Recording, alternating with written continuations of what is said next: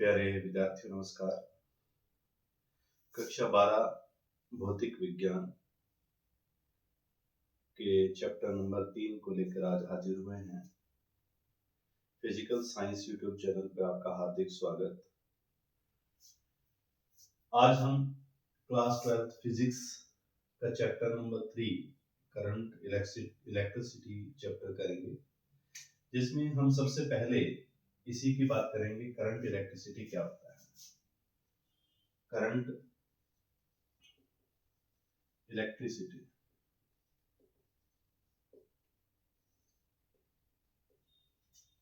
किसी भी कंडक्टर से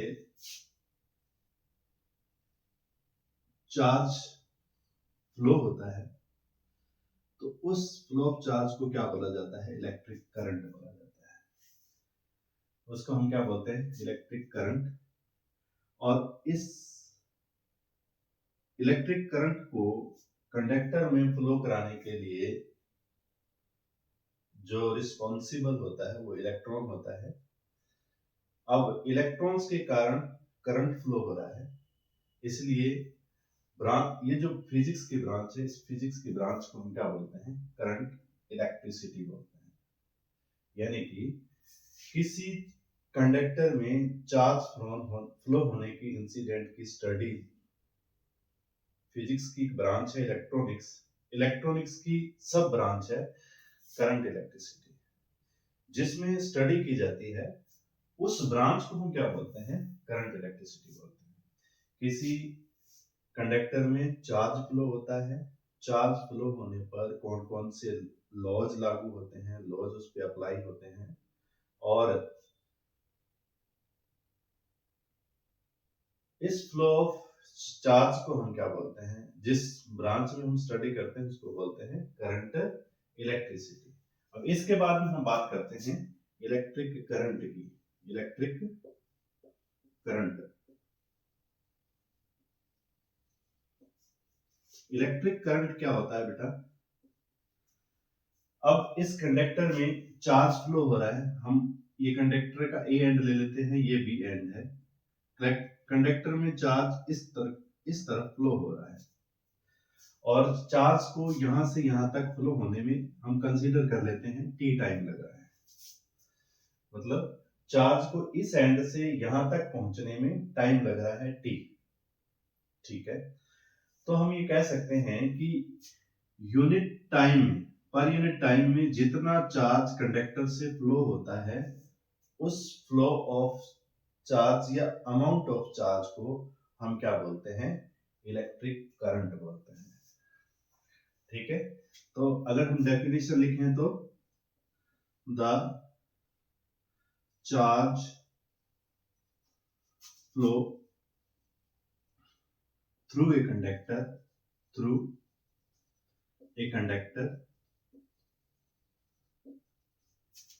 per unit time is known as electric current। इसको हम क्या बोल देते हैं? इलेक्ट्रिक करंट बोल देते हैं। यानी कि यूनिट टाइम इंटरवल में या यूनिट टाइम में, यानी कि 1 सेकंड में कितना चार्ज कंडक्टर से फ्लो हो रहा है, इसको हम क्या बोलते हैं? इलेक्ट्रिक करंट बोलते हैं। और इसको it is denoted by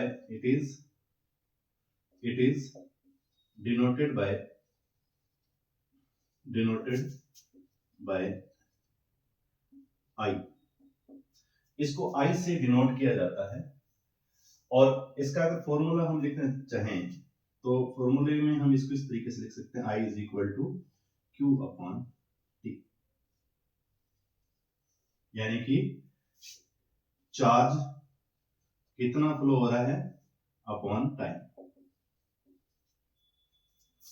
ठीक है, charge upon time. Electric current को I से डिनोट किया जाता है, पता लग गया। अब इसमें कुछ मुख्य बातें हैं, जैसे SI यूनिट क्या होता है? SI unit of electric current.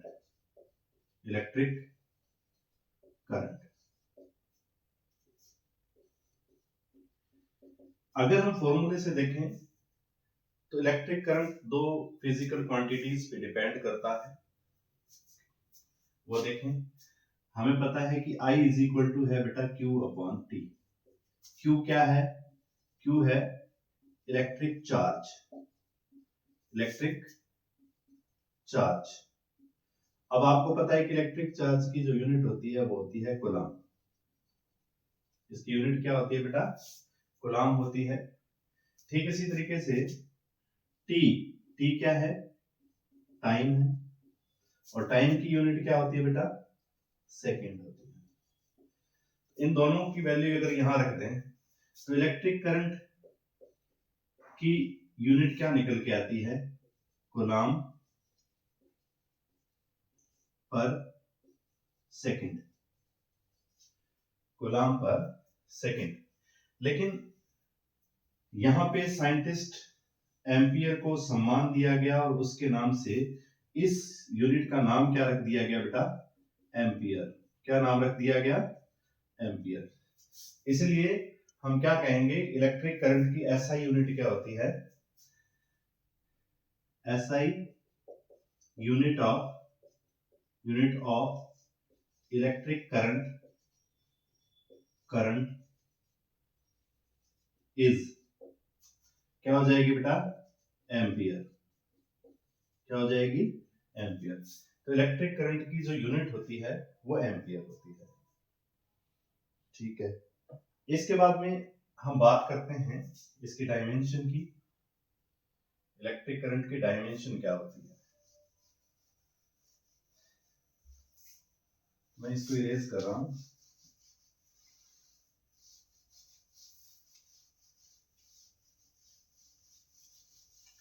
Unit आपको पता लग गया, ऐसा यूनिट इसकी क्या होती है? एम्पियर होती है, क्योंकि इलेक्ट्रिक करंट एक फंडामेंटल क्वांटिटी है और आपने 11th क्लास में ये पढ़ा भी होगा कि इलेक्ट्रिक करंट की जो डायमेंशन यूनिट जो होती है वो एम्पियर होती है। इसके बाद में देखें, हम बात करते हैं डायमेंशन की। Dimension of electric current, electric current, electric current की डायमेंशन क्या होती है वो देखें। देखो बेटा, आपको पता है इलेक्ट्रिक करंट फंडामेंटल क्वांटिटी है, तो डायमेंशन भी एक ही सिंबल पे डिपेंड करेगी। तो इसकी सीधा सा लिख देता हूं मैं, एम पे डिपेंड नहीं कर रही, एल पे डिपेंड नहीं कर रही, टाइम पे भी डिपेंड नहीं कर रही, ये A1 आएगा। M0 L0 T0 A1, ये इलेक्ट्रिक करंट की डायमेंशन हो जाएगी। इसके बाद में ये था सेकंड नंबर अपना स्टार। थर्ड स्टार में देखें, इलेक्ट्रिक करंट जो होता है ना बेटा, electric current scalar quantity is a scalar quantity.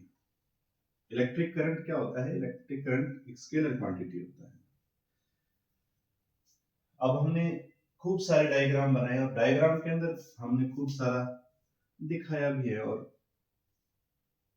इस तरीके से सर्किट हम दिखाते होते हैं इलेक्ट्रिक करंट को फ्लो। जिस सर्किट में इलेक्ट्रिक करंट फ्लो हो रहा है, अगर की को ऑन कर दिया जाए तो इलेक्ट्रिक करंट की ये डायरेक्शन होती है। और हमने 11th में पढ़ा है कि वो फिजिकल क्वांटिटी जिसका मैग्नीट्यूड भी होता है और डायरेक्शन भी होती है, उसको हम वेक्टर क्वांटिटी बोलते हैं। अब इलेक्ट्रिक करंट में डायरेक्शन तो है और इसका मैग्नीट्यूड भी है, लेकिन फिर भी ये क्या है? स्केलर क्वांटिटी है। क्यों है? क्योंकि वेक्टर एडिशन के जो लॉज हैं, triangle law of vector addition, parallelogram law of vector addition और polygon law of vector addition, इनको ये फॉलो नहीं करता है।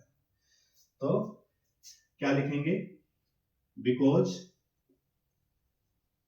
इट डज नॉट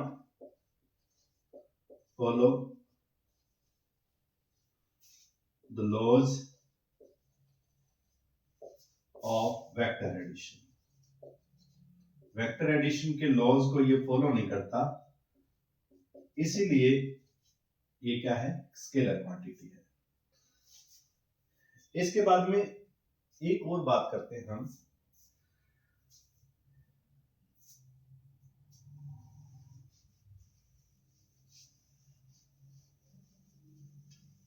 एक और छोटी सी इंपॉर्टेंट बात है, वो पढ़ते हैं अपने। इंपॉर्टेंट बात ये है, स्टार लगा के देखें। हाँ, हमारे पास ये था कंडक्टर। इस कंडक्टर के अंदर आपको पता है कि कंडक्टर के अंदर क्या होते हैं, फ्री इलेक्ट्रॉन्स होते हैं। कंडक्टर के अंदर क्या होते हैं, फ्री इलेक्ट्रॉन्स होते हैं। जब इस कंडक्टर को किसी सेल से जोड़ दिया जाता है तो हमें इसमें से इलेक्ट्रिक करंट फ्लो होता हुआ दिखता है, इलेक्ट्रिक करंट फ्लो होता हुआ दिखता है। अब देखो, ये पॉजिटिव चार्ज है तो इस तरफ इसके क्या आ जाएगा, पॉजिटिव चार्ज आ जाएगा, और इस तरफ क्या आ जाएगा, नेगेटिव चार्ज आ जाएगा। तो इसमें फ्री इलेक्ट्रॉन है और आपको पता है कि इलेक्ट्रॉन पे नेगेटिव चार्ज होता है। अब नेगेटिव चार्ज अट्रैक्ट होता है पॉजिटिव चार्ज की तरफ, तो इलेक्ट्रॉन्स जितने भी होते हैं, मैं यहाँ पे डॉट से दिखा रहा हूं, इलेक्ट्रॉन्स जितने भी हैं वो इस डायरेक्शन में मूव करेंगे। इलेक्ट्रॉन्स जो भी हैं वो पॉजिटिव की तरफ मूव करेंगे, क्योंकि इस पे नेगेटिव चार्ज होता है। और बेंजामिन फ्रैंकलिन ने ये कहा था कि नेगेटिव चार्ज और पॉजिटिव चार्ज के बीच में अट्रैक्शन फोर्स काम करता है। तो इनके बीच में अट्रैक्शन फोर्स काम करता है, इसलिए ये क्या है, अट्रैक्शन फोर्स काम करता है, इसलिए इस तरफ मूव करता है, इलेक्ट्रॉन्स इस तरफ मूव करते हैं। लेकिन आप यहां देखें, इलेक्ट्रिक करंट की जो डायरेक्शन है वो ये है, यानी कि इलेक्ट्रॉन्स के फ्लो होने की डायरेक्शन इलेक्ट्रिक करंट के डायरेक्शन के ऑपोजिट होती है। तो यहां पे हम फोर्थ स्टार में क्या लिखेंगे, द डायरेक्शन ऑफ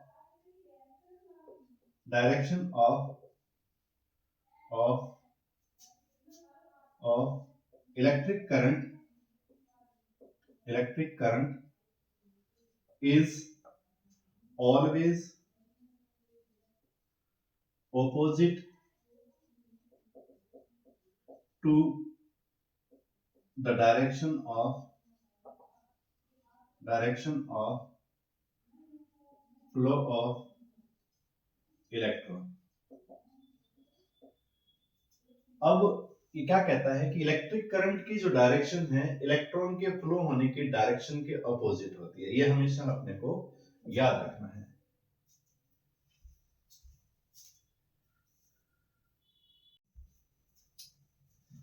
अब बात करते हैं अपने types of electric current.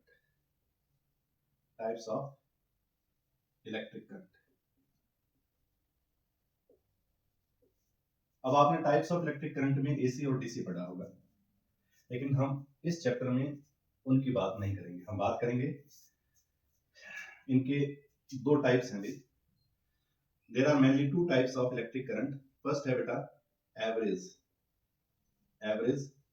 Electric current, और सेकंड है instantaneous electric current.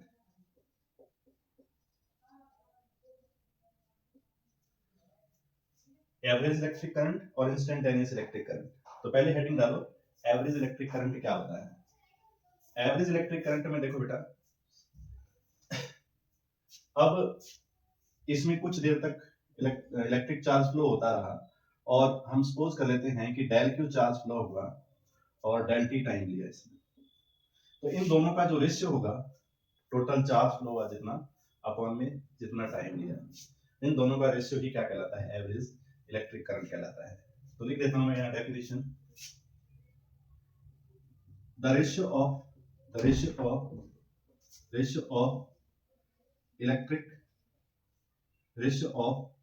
total electric charge flow through conductor and to total time taken is known as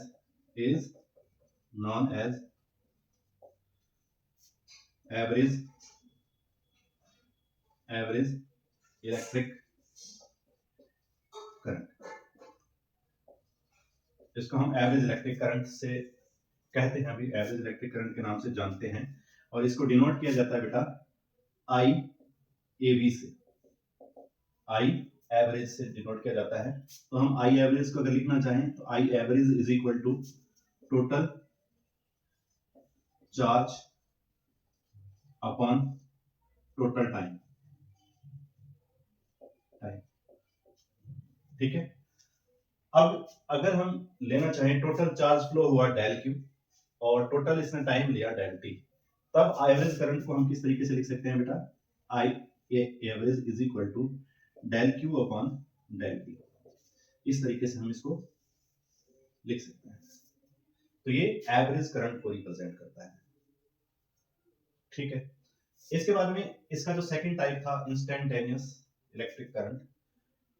instantaneous electric current का मतलब होता है किसी टाइम हमने अमीटर के अंदर देखा, हाँ, इलेक्ट्रिक करंट को मेजर किया जाता है बेटा अमीटर से, और अमीटर हमेशा किसी भी सर्किट के अंदर जुड़ेगा तो सीरीज में जुड़ेगा, ठीक है। अमीटर हमेशा सीरीज में जुड़ता है और इलेक्ट्रिक करंट को मेजर करने के लिए अमीटर का यूज किया जाता है, ठीक है।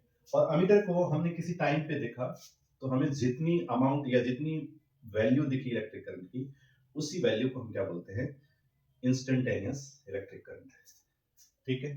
तो सेकंड नंबर क्या था, instantaneous electric current, instantaneous electric current,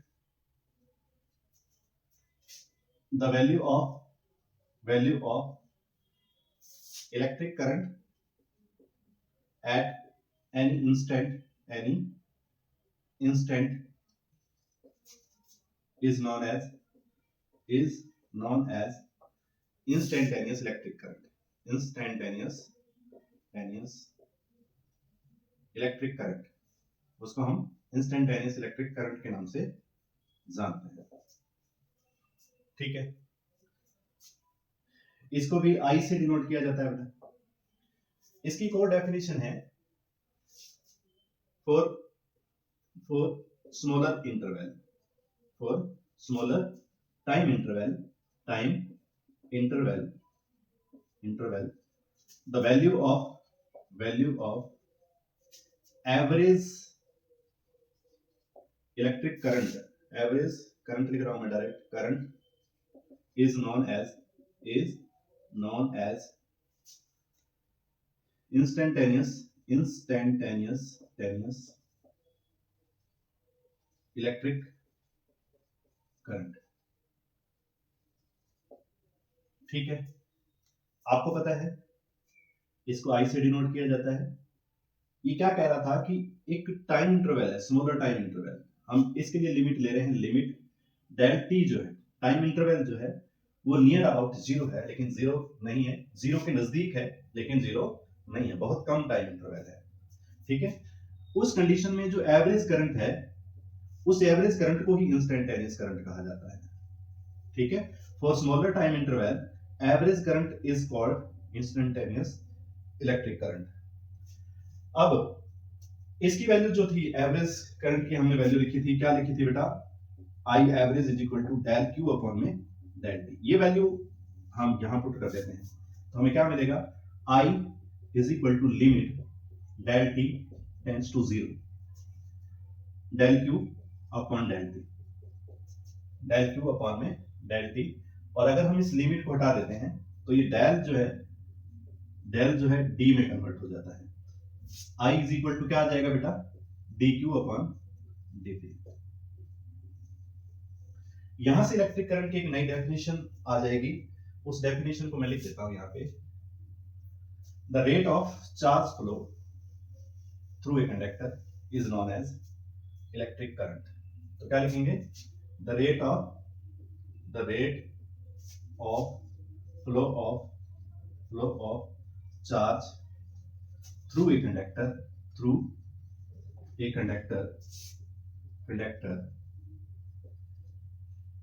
is known as electric current, इसको हम क्या बोलते हैं, इलेक्ट्रिक करंट बोलते हैं। तो ये डेफिनेशन भी हम यूज कर सकते हैं और खूब जगह अपने को देखने को भी मिलेगा। इंस्टेंटेनियस करंट फाइंड करने के लिए हमें इस फॉर्मूले का यूज भी करना होगा। जैसे एक क्वेश्चन कर लेते हैं इसी पे बेस्ड, एक ही क्वेश्चन करेंगे हम। जैसे हमें यहाँ पे दे दिया कि हमें चार्ज दे रखा है किसी टाइम पे q is equal to 3t cube plus 4t square plus 2t, ये हमें दे रखा है। और आपको कह दें कि इंस्टेंटेनियस या इलेक्ट्रिक करंट की वैल्यू फाइंड करो, आई की वैल्यू फाइंड करनी है आपने, और टाइम दे दिया हमें 2 सेकेंड। 2 सेकेंड पे इलेक्ट्रिक करंट की वैल्यू क्या होगी, तो हम सीधा सा इसका क्या कर देंगे, डिफरेंशिएशन कर देंगे dq अपॉन में dt, और इसकी वैल्यू इसमें पुट कर देंगे बेटा। वैल्यू पुट करो, d upon dt 3t square 3t cube plus 4t square plus 2t। इसको सॉल्व करें तो i इज इक्वल टू क्या आ जाएगा बेटा, i इज इक्वल टू आ जाएगा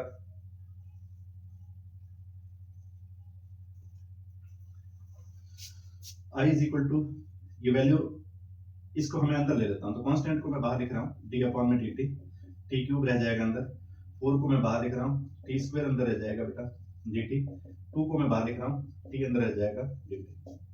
कुछ नहीं किया हमने, इस ऑपरेटर को डिफरेंशिएशन ऑपरेटर बोलते हैं इसको हम अंदर लेके गए, तो 3 को मैंने बाहर रख दिया, t क्यूब को अंदर रखा, 4 को मैंने बाहर रख दिया, कांस्टेंट वैल्यू है वो बाहर आ जाती है, t स्क्वायर को अंदर रख दिया, 2 को बाहर लिखा, t को अंदर रख दिया। अब हम इसका डिफरेंशिएशन करेंगे, तो डिफरेंशिएशन करने के लिए हमें फॉर्मूले की रिक्वायरमेंट होती है, वो फॉर्मूला देख लो बेटा क्या होता है। d अपॉन में अगर dx है, x की पावर n है, तो n पावर को बाहर पहले लिख दिया जाता है, यहाँ पावर को एक माइनस कर दिया जाता है, बस इतना सा काम करना है। पावर को पहले लिखोगे और आगे जब पावर लिखोगे -1 करके लिखोगे। जैसे यहाँ पे 3 को पड़ा रहने देते हैं हम, ये इसका ये जो 3 है वो आगे आएगा, यहाँ पे पावर एक कम हो जाएगी तो 2 लिखा जाएगा, ठीक है। ठीक इसी तरीके से 4 यहाँ पे 2 आ जाएगा, पावर यहाँ पे 1 रह जाएगी, प्लस यहाँ पे 2 लिखा जाएगा, पावर 0 हो जाएगी। तो इसी तरीके से हमारे पास ये आ जाएगा बेटा 9t square plus 8t plus 2, because t0 जो है वो 1 होता है, t0 की वैल्यू क्या होती है, 1 होती है, इसलिए हम यहाँ पे 1 से मल्टीप्लाई कर दिया हमने, ठीक है, because t0 is equal to 1। अब यहीं पे ये लिमिट देके चल रहा है कि t की वैल्यू 2 है, तब i की वैल्यू क्या है, तो ये तो i आ गया, i की वैल्यू निकालनी हमने जब t है 2, तो t की जगह 2 रखते जाओ, प्लस 8 यहाँ पे 2 आ जाएगा बेटा, plus 2, i is equal to 9 into 4 plus 8 into 2 plus 2, तो कितना आ जाएगा, मैं इसको ऊपर लिख रहा हूं, मैं यहाँ लिख रहा हूं i is equal to 36 plus 16 plus 2, तो यह आ जाएगा 54 एम्पियर, 54 एम्पियर। इस तरीके से इसका हम यूज कर सकते हैं क्वेश्चन में।